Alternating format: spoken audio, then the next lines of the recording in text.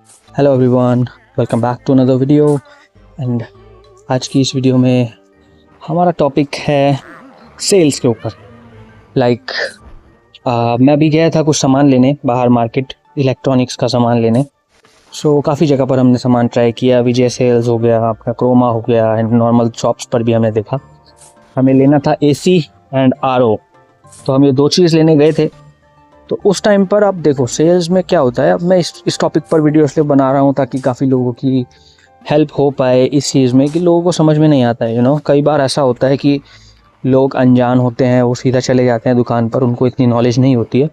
और जो सेल्समैन होते हैं, वहाँ के जो सेल्समैन होते हैं, जो भी शॉपकीपर्स होते हैं छोटी दुकानों में, तो वो लोग क्या करते हैं कि वो लोग आपको वो आइटम, वो प्रोडक्ट सेल करने की कोशिश करते हैं जिसमें उनका ज़्यादा बेनिफिट हो और आपका नहीं। जिसमें उनका मार्जिन ज़्यादा हो, जिसमें उनका परसेंटेज ज़्यादा हो, जो प्रॉफिट परसेंटेज होता है। मोस्टली सब लोग यही ट्राई करते हैं कि उनका वही आइटम खरीदें लोग। अब ऐसा ही हुआ हमारे साथ क्रोमा में। क्रोमा में हम गए, सबसे पहले हमने AC देखना था, तो हम AC देखा हमने। तो अब जो AC का सेल्समैन वहाँ पर था, जो AC दिखा रहा था हमें, वहाँ पे बहुत सारी कंपनीज़ थी। 8-9 कंपनीज़ के AC अवेलेबल थे। हमने नॉर्मल AC कुछ कंपनीज़ हमने डिसाइड की हुई थी कि हमें LG का देखना है, पैनासोनिक का देखना है, या फिर हमें डाइकिन वगैरह देखने हैं। तो ये सब हम 2-3 AC अपने माइंड में लेकर गए थे अपने हिसाब से, रिसर्च के हिसाब से, कि हमें ये इनके ही देखने हैं। बट अब वो जो सेल्समैन था, वो क्रोमा का जो इन ब्रांड स्टोर है उसकी सेल पर ज़्यादा फोकस कर रहा था। वो बार बार वो हमें इंसिस्ट कर रहा था कि हमारा जो क्रोमा का इन ब्रांड स्टोर है, जो क्रोमा का AC है, जो टाटा का ही है सब ब्रांड, तो आप इसका AC देख लो, इसमें आपको ये बेनिफिट मिल रहा है, उसमें वो बेनिफिट मिल रहा है, एंड ये सब सेम होते हैं। एंड वो एक तरह से वो हमारे पीछे पड़ गया कि वो हम पूरा कन्विंस करने में लग गया कि क्रोमा का ही AC सबसे बेस्ट है, और इसके अलावा बाकी सब जो AC हैं वो इतने आपके बजट में नहीं आएंगे, क्योंकि वो हमें कम बजट में मिल रहा था। बाकी सब AC जो थे वो हमें 45+ की रेंज में जा रहे थे, एंड जो ये क्रोमा वाला AC था वो 40 के अंडर में आ रहा था। 38-37 फाइनल प्राइस बताया था उसने।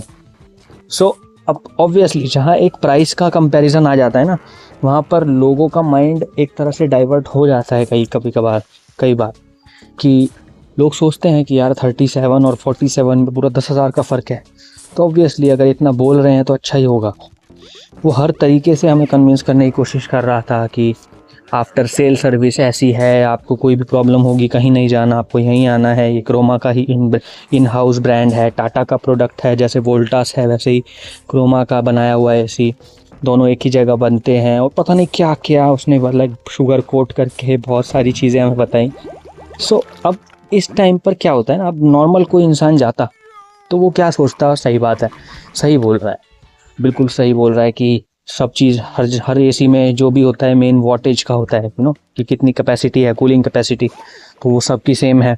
वो उसकी भी सेम है जो LG का है, जो 50,000 का है, वो इसकी भी सेम है जो 37 का है। तो दोनों में 13,000 का डिफरेंस है।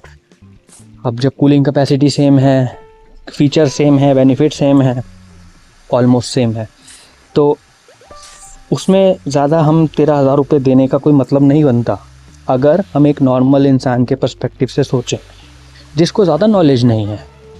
कोई भी नॉर्मल इंसान जाता तो वो डायरेक्ट गारंटेड क्रोमा का ही उठा कर ले आता, क्योंकि वो सेल्समैन की पिच इतनी अच्छी थी ना कि कोई भी बातों में आ जाता है इजीली। बट हमें पता है कि किस तरीके से चीज़ें वर्क करती हैं, तो हम उसकी बातों में नहीं आए इतने।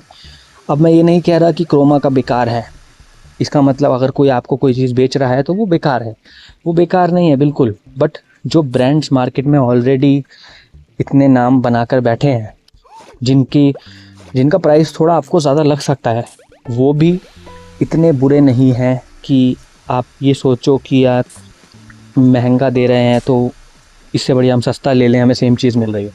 कहीं ना कहीं डिफरेंस ज़रूर होता है, चाहे वो आप क्वालिटी में बोल लो, चाहे वो आप आफ्टर सर्विस में बोल लो, चाहे मेंटेनेंस में बोल लो। आप देखोगे ये चीज़, अगर आपसे ज़्यादा पैसा लिया जाता है किसी ब्रांड के लिए, कोई भी ब्रांड आपसे ज़्यादा पैसे ले रहा है, तो ऑब्वियसली वो कहीं ना कहीं कुछ आपको बेटर चीज़ें प्रोवाइड कर ही रहा है। अब ये गारंटीड नहीं है हर ब्रांड के साथ, but most of the time अगर आप थोड़ी सी रिसर्च करके देखोगे, रिव्यूज़ देखोगे, अलग अलग प्लेटफॉर्म पर अलग अलग वीडियोस देखोगे, तो आपको कुछ समझ में आएगा। एक या दो ब्रांड पर्टिकुलर जो हर चीज़ में, हर फील्ड में, हर आइटम जो भी है, चाहे वो एयर कंडीशनर हो गया या फिर रेफ्रिजरेटर हो गया या वॉशिंग मशीन, हर उसमें कोई ना कोई एक या दो ब्रांड होते हैं जो टॉप पर होते हैं। अब उनके टॉप पे होने का कोई मतलब तो होगा, कोई रीज़न तो होगा, राइट। चाहे वो पैसा ज़्यादा ले रहे हैं, बट ये चीज़ें होती हैं जो आप 10, 15, 20 साल में एक बार ख़रीदते हो। चलो एसी तो फिर भी शायद 5-6 साल, 8 साल में ख़राब हो जाता है, but washing machine, refrigerator, television, TV, ये सब जो घर की आइटम्स होती हैं, ये सब आप 10-15 साल के लिए एक बार लेते हो, आपको बार बार रिप्लेस नहीं करना है हर साल। तो ये चीज़ें आप लॉन्ग टर्म के लिए जो ले रहे हो, तो उसमें आपको रिलायबिलिटी देखनी होती है सबसे पहले, कि लॉन्ग टर्म में आपकी सर्विस क्या मिल रही है आपको ब्रांड से और रिलायबल कितना है, उस तरीके से आपको देखना होता है। अभी आप 10-12 हज़ार रुपये बचा के अगर लॉन्ग टर्म में आपको 5, 7, 10 साल बाद दिक्कत आने लग जाए उस चीज़ में, तो उसका क्या बेनिफिट है।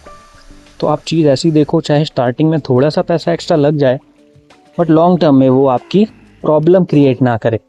तो हर कोई चाहता है, राइट। बट जब वो सेल्समैन आपका मैनिपुलेट कर देते हैं ना दिमाग इस तरीके से, वो बेनिफिट्स बता के अलग अलग ब्रांड्स को नीचे कर देते हैं, अपना जो ब्रांड होता है जिसमें उनको ज़्यादा बेनिफिट हो रहा होता है, ऑब्वियसली वो उनका काम है करना, उसमें कुछ गलत नहीं है। मैं ये नहीं कह रहा कि वो गलत किया उन्होंने, उनका वो काम है। बट एज अ कंज्यूमर हमारा भी ये काम है कि हमें एटलीस्ट इतनी नॉलेज तो हो कि हमें क्या बेचा जा रहा है उसकी हमें नॉलेज हो। ये नहीं कि किसी ने कुछ भी बोल दिया और हम उसकी बातों में आके ख़रीद लें, क्योंकि फिर एक बार अगर आपने ले लिया तो फिर बाद में आपको रिग्रेट हो। ऐसा सामान या ऐसा कोई भी चीज़ खरीदने का कोई फ़ायदा नहीं है। या तो आप ख़रीदो ऐसी चीज़ जो आपके मन में पहले से थी, जिसके लिए आप 100% श्योर थे कि मुझे ये चीज़ चाहिए और इसी ब्रांड की चाहिए। आपने अपनी तरफ से रिसर्च कर लिया, आप सेटिस्फाइड हो गए कि मुझे इसी ब्रांड का ये चीज़ चाहिए।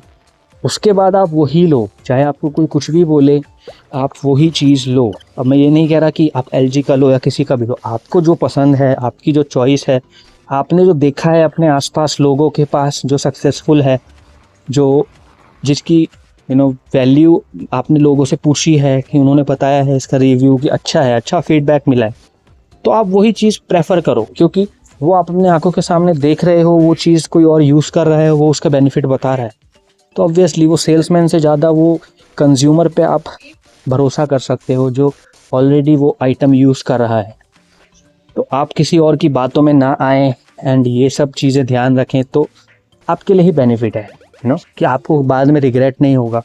सबसे बड़ी चीज़ होती है बाद में रिग्रेट होना। सबसे बुरा यही लगता है कि अगर आपने किसी की बातों में आके कुछ ले लिया, बाद में आपको कुछ भी प्रॉब्लम आ गई, तो आपको हमेशा आपके माइंड में एक ही चीज़ आएगी कि यार मुझे नहीं लेना था, उसने बोल कर ये दिलवा दिया, या उस सेल्समैन की वजह से मैंने ले लिया, उसने इतनी तारीफ़ कर दी इस चीज़ की। ये जो रिग्रेट होता है ना, जो बाद में होता है, ये बहुत बुरा होता है, क्योंकि पैसा खर्च को आपको करना है, वो सामान आपके घर में आ रहा है, वो चीज़ आपको यूज़ करनी है। आप किसी और की बातों में आकर कुछ गलत सामान ख़रीद लो, उससे बेटर है कि आप थोड़ा पैसा एक्स्ट्रा दो।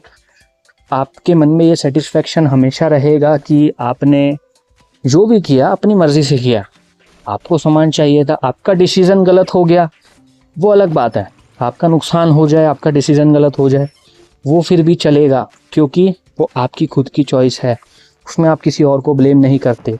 बट जब आप किसी और की चॉइस से कुछ भी सामान या कुछ भी चीज़ ऐसी ख़रीद लेते हो अपने हाउस होल्ड की, जिसमें कुछ प्रॉब्लम आ जाती है, तो फिर आपको बहुत बुरा लगता है, क्योंकि आप सिर्फ इतना सा सोचते हो कि काश मैंने अपनी सुन ली होती और किसी और की ना सुनी होती, काश मैंने अपनी जो मुझे पसंद था मैंने वही लिया होता। तो ये रिग्रेट से बचने के लिए सबसे बेस्ट है कि आप अपने हिसाब से काम करें। आप जो आपको चाहिए, जो चीज़ आपको समझ में आ रही है, जो चीज़ आपको पसंद आ रही है, आप सिर्फ वो ही फोकस करो। बाकी कोई भी कुछ भी बोल रहा है आप उसको मत सुनो, क्योंकि बाद में आपको रिग्रेट नहीं होगा उससे।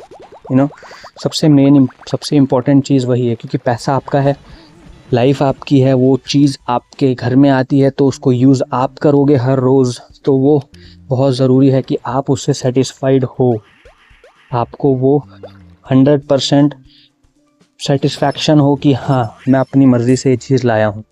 अब चाहे वो अच्छी हो या बुरी हो वो बात की बात है, वो सब बाद की चीज़ें हैं, बट एक ये सेटिस्फैक्शन होना बहुत ज़रूरी है, क्योंकि जब आप पैसा खर्च करते हो तो आप एक उम्मीद रखते हो कि वो चीज़ अच्छी निकलेगी, एंड अगर वो चीज़ अच्छी नहीं निकली तो वो रिग्रेट का कोई फ़ायदा नहीं है। फिर वो चीज़ ख़रीदने का कोई फ़ायदा नहीं है अगर आपको बाद में रिग्रेट हो रहा है कि यार मैंने काश अपनी बात सुन ली होती, काश मैंने किसी और की बात ना सुनी होती, या फिर मैं उनकी बातों में ना आया होता। तो ये चीज़ बहुत इम्पॉर्टेंट होती है आई गेस। एंड ये वीडियो बनाने का मोटिव यही है क्योंकि हमारी डेली लाइफ्स में हम लोग हर रोज़ कोई ना कोई तो ख़रीदता ही होगा कुछ ना कुछ सामान। ये डेली लाइफ की चीज़ें हैं, कभी ना कभी किसी ना किसी को ज़रूरत पड़ ही जाती है, तो बहुत इम्पॉर्टेंट है ये चीज़। एंड लोगों को ये चीज़ समझ में नहीं आती। बहुत से लोग मैंने देखे हैं जब आप कभी जाओ ऐसे स्टोर्स पर तो आप देखोगे यार उन लोगों को नहीं नॉलेज होती है।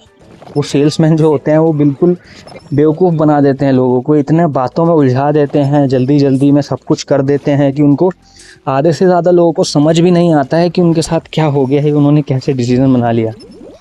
काफ़ी लोग होते हैं जो अपने डिसीज़न पे अड़े रहते हैं कि नहीं हम नहीं सुनेंगे दूसरों की, वो अच्छी बात है, आपको वही करना चाहिए जो आपको पसंद है। बट ये मैनिपुलेशन जो होता है ना, जो सेल्समैन लोग करते हैं, तो उससे बचना बहुत ज़रूरी है आई गेस, वरना फिर आप वही है 10 साल तक रिग्रेट ही करते रहोगे, या फिर आप अगेन वो चीज़ फिर लड़ाई झगड़ा करोगे वहाँ जाके। वरना यही होता है, अगर आपको कोई चीज़ समझ में नहीं आई है, बाद में कुछ प्रॉब्लम आ गई, तो आप फिर वहाँ जाके लड़ोगे, उन शॉपकीपर से लड़ोगे जाकर कि यार आपने ऐसा करवा दिया, आपने ऐसा करवा दिया, फिर वो रिप्लेसमेंट, बहुत सारे के झंझट होते हैं। तो ये सब टेंशन परेशानियों से बचने के लिए सबसे बेस्ट है आप अपनी चॉइस को प्रायोरिटी दो और ये जब टेक्निक्स समझने के लिए सबसे इजी तरीका है कि जब भी आपसे कोई बोले कि सबसे पहले तो जो भी सामान आप लेने जा रहे हो आप उनको अपनी प्रेफरेंस बताओ कि हमें इस ब्रांड में ये चीज़ें देखनी है, कि हमें अपना जो भी सामान है, जो भी हम लेने जा रहे हैं, वो हमें कुछ स्पेसिफिक ब्रांड है उसका ही देखना है। अगर आप पहले से रिसर्च करके जा रहे हो तो, अगर नहीं करके जा रहे तो आप उनसे पूछो कि बेस्ट ब्रांड आपके हिसाब से क्या चल रहा है मार्केट में, जिसका रिव्यू अच्छा है, जिसके फीडबैक आफ्टर सेल्स फीडबैक अच्छे हैं, जो लॉन्ग टर्म में अच्छा है, जिसकी सर्विस अच्छी है।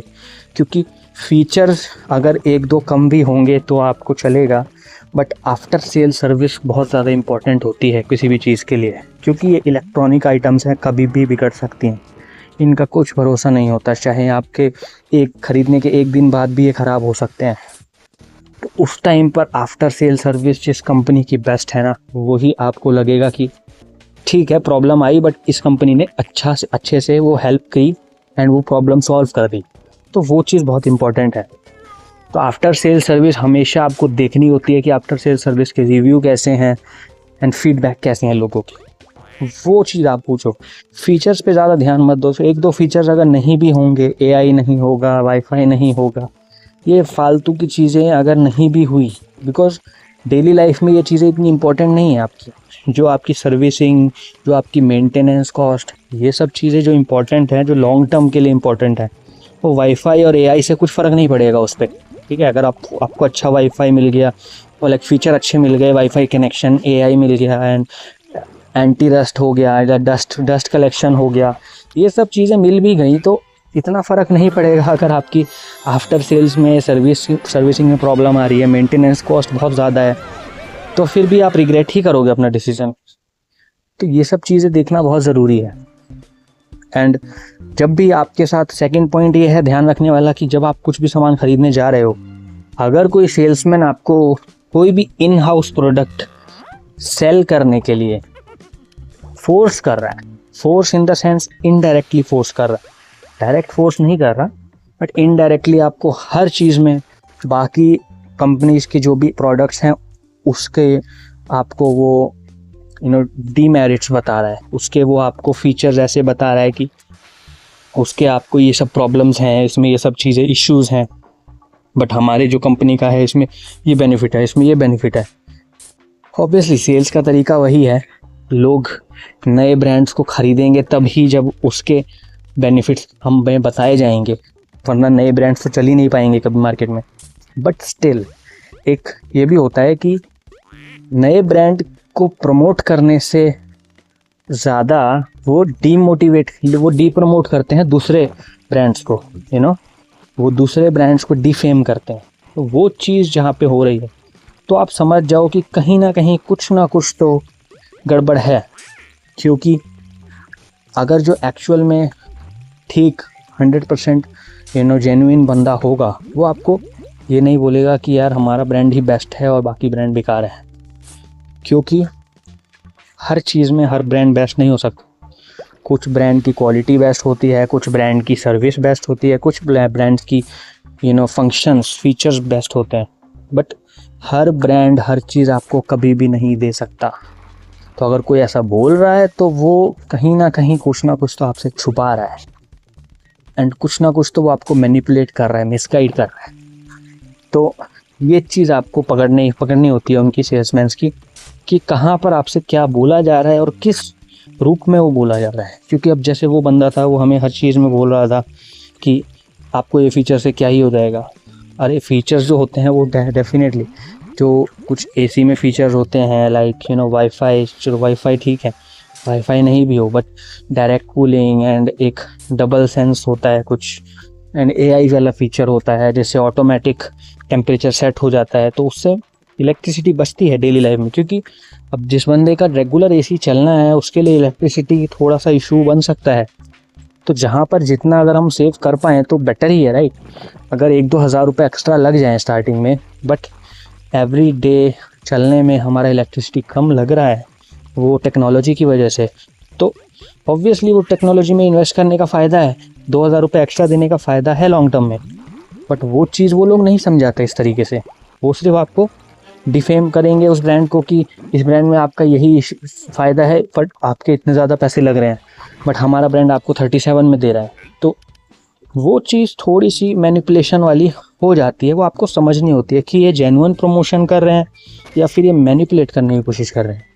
तो वो दोनों में डिफरेंस करना इतना ज़्यादा मुश्किल नहीं है, बट अगर आप थोड़ा सा ध्यान दो उनकी बातों पर, थोड़ा सा समझो क्या बोल रहे हैं, किस तरीके से बोल रहे हैं, तो शायद आप उसको फ़र्क कर पाओ उन दोनों में। तो ये चीज़ थोड़ी सी इम्पोर्टेंट है कि आप मैनिपुलेट ना हो। बस मेन वीडियो बनाने का मोटिव इस टॉपिक पर यही था कि आप लोग जो भी सामान खरीदते हैं, जो भी आप मार्केट से जाते हैं, फिज़िकली जाकर जो सामान खरीदते हैं, उनमें उसमें आप किसी और की बातों से मैनिपुलेट होकर कोई गलत स्टेप ना लो, क्योंकि ये आपकी लॉन्ग टर्म इन्वेस्टमेंट्स होती हैं। ये आप डेली या फिर मंथली चेंज नहीं करते हो।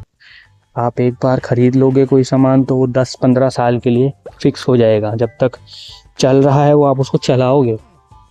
नॉर्मली बेसिक जो मिडिल क्लास लोग होते हैं वो तो यही करते हैं, राइट।